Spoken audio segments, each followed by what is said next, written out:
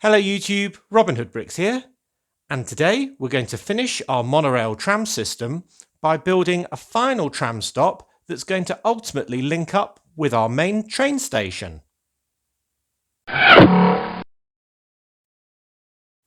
So having got all of our trains running successfully all around Brick Nottingham and having them with all their wonderful carriages and all the rest of it, it seems a real shame that our beautiful tram from set 60097 City Square isn't going as well.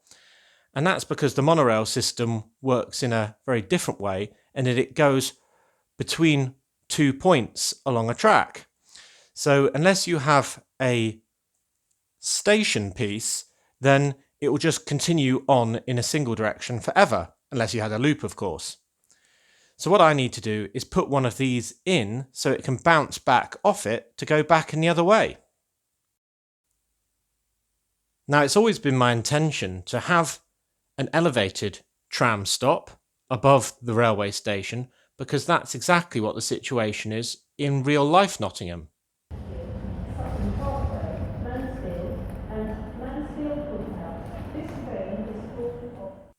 Now, my tram stop won't go directly over the station platforms, and that's just because I think then one might spoil the look of the other. So I'm going to have my tram stop about here and then have my station starting from a similar position and then going that way. So they'll be connected, but kind of next to each other rather than right on top of each other. So the first thing to do is to work out how I can support my final piece of track. And I plan to do that with a combination of the short and the tall monorail supports, the official ones. Now, these are obviously very useful, but they do have a drawback in that they're not the most easy things to use, especially these tall ones that are clearly the most sensible to use for the height, because this is going to be continuing at this 14 brick height. But it's got this 6x6 base, which is very unwieldy. And we've already come a cropper here where we've had to use one of the smaller ones with loads of 2x2 bricks on top, which does not look as good because of the 8x6 slope piece that's part of the level crossing. And it's very hard to do something different with that without sort of messing up this whole area. So reluctantly, I've used a small one with a tower of 2x2s there, but I should be able to use this in between the two tracks just because the base is only actually one tile thick. So I can kind of tuck it underneath this area in the middle, and then I can probably do something past the crossing barrier on the other side so as to not interfere with that. So I'm hoping we'll just be able to use more of these large ones in completing the setup. Now, another small thing I'm going to have to do is change this crossing arm. So instead of lifting up from the axis on this side, sort of like that it goes from the other side. So it has the turning axis on this side and comes up like that. Just because otherwise, when it's in an up position, it's going to really conflict with this tram stop. Right, so I'm going to swap that over, and then I'm going to put in some supports in a couple of different places and see what looks best.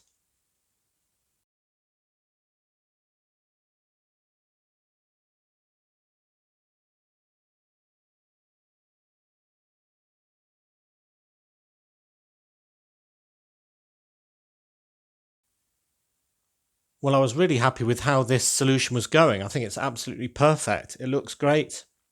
It's really low profile. And I think it's even got that sort of railway flavour, like I said. But then I've tested whether it's got clearance or not. And it doesn't.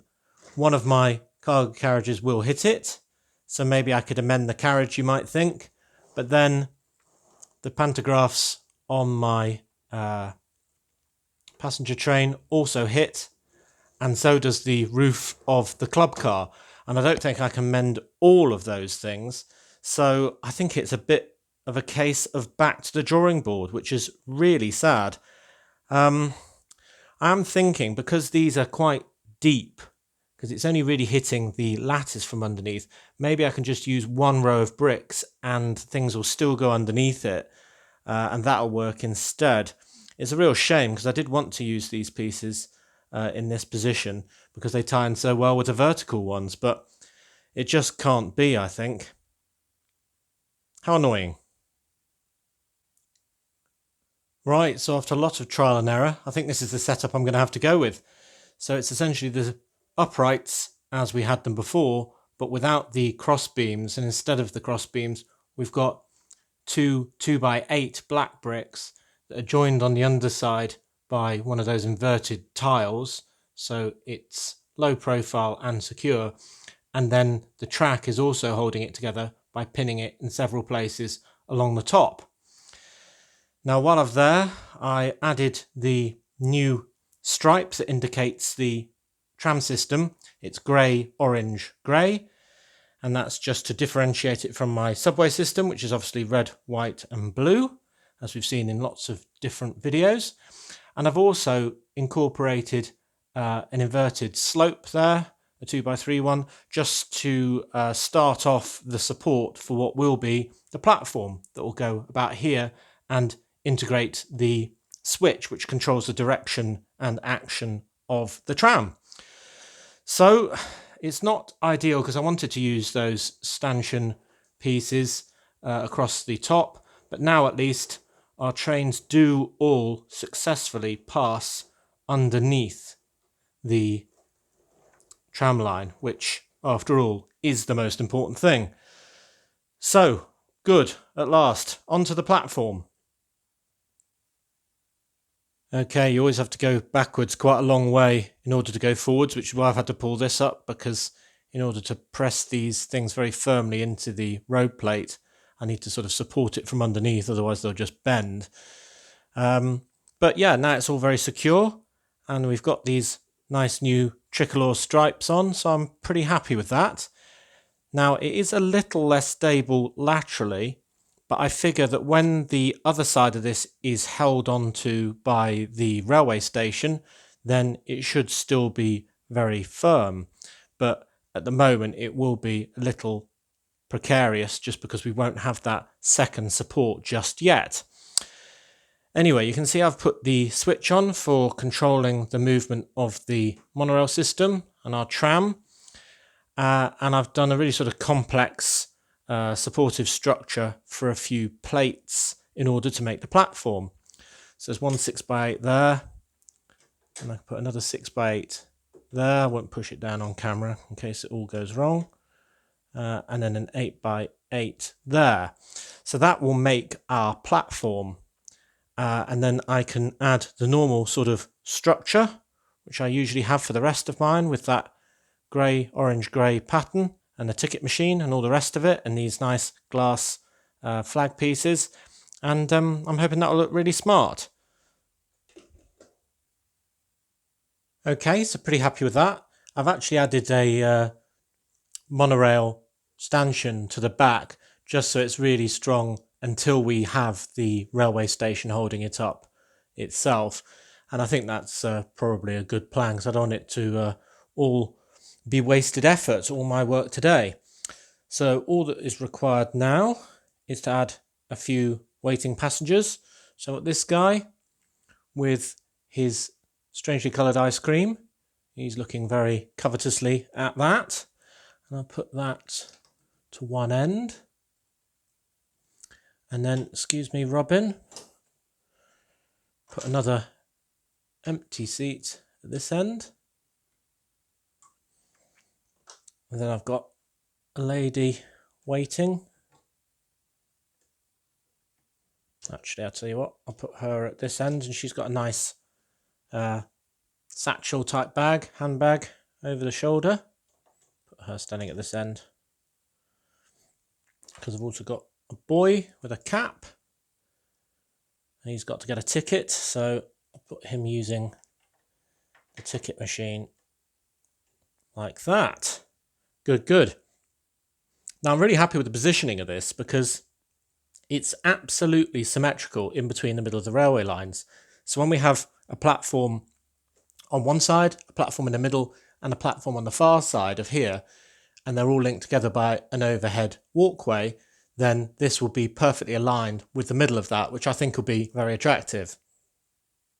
Right, let's give it another run. Let's turn this to backwards so it bounces back, and then we'll set it running.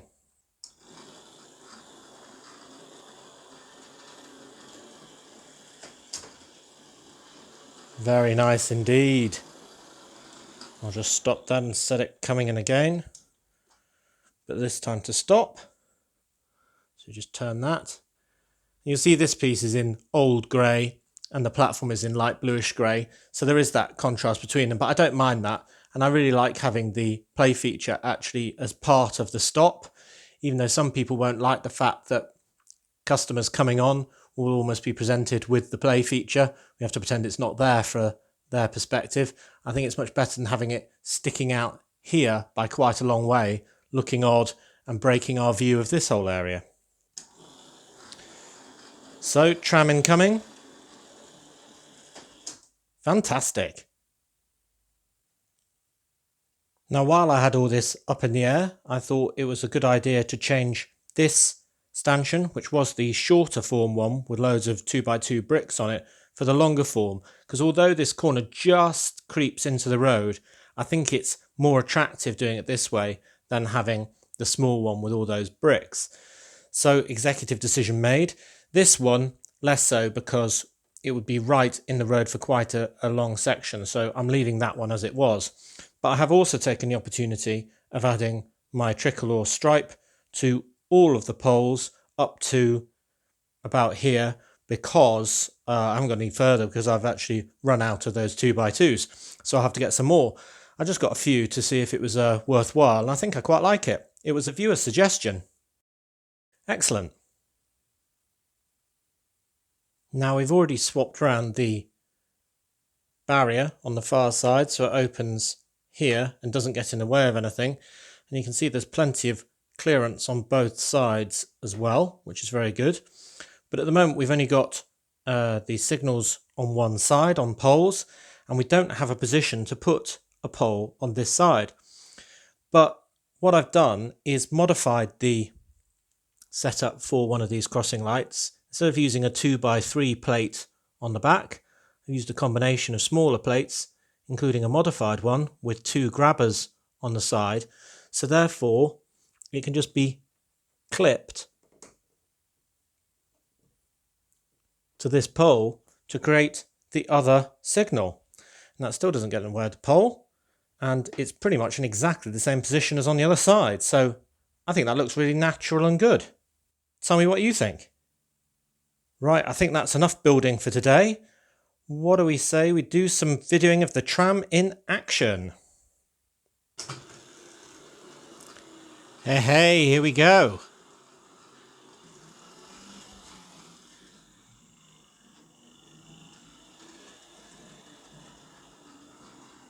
Past the stop with Leicester on, behind the row of modulars, and then down to our first stop, where it bounces back. I love the way how it just sort of vanishes behind buildings and then reappears, just like the trains do really. And its headlights are on. Down the dip, round the corner, and to our latest station. Very nice indeed. Now I forgot to mention the city sticker that I've used on other monorail tram stops as well, and that's from set 8404 public transport, so that keeps that theme. And the other stops have got glass in the window pieces. The reason why this one doesn't is so the people can get from the train platform overpass onto the tram platform. So that's the reasoning there. And while I'm talking about other things, I haven't forgotten the car of the day, which is this great 4x4, which is from the latest service station set, 60257. That was on for cheap, so I got it. My latest acquisition. You'll probably be seeing the rest of it in due course.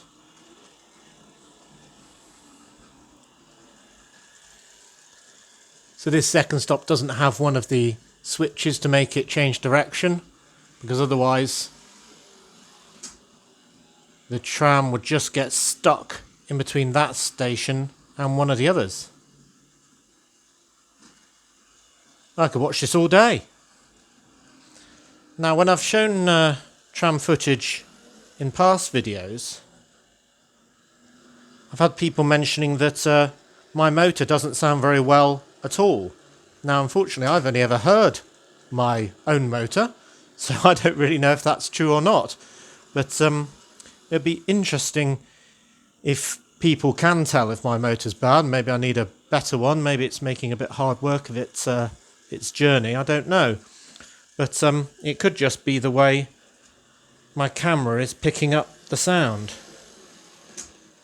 I do love this guy falling down the stairs. Right, well, we can't do this all day, can we? But suffice to say that the Brick Nottingham tram system is operational. Actually, I've got a heck of a lot of public transport if you think about it in this city. We've got the trains, we've got the subway, we've now got our tram system, and we've even got a network of buses, albeit we've only got one stop so far. Right, let's do tram cam.